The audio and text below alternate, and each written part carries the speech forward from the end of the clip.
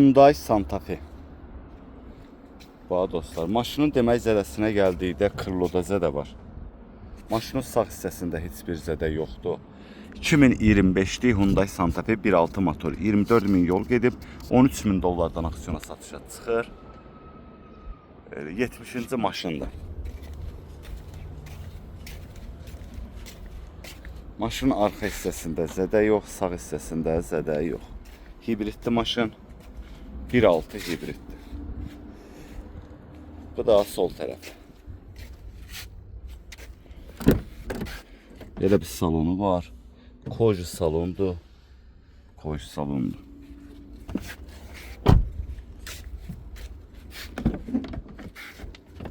Heç bir ayrabak atmıb maşında. Heç bir ayrabak atmıb.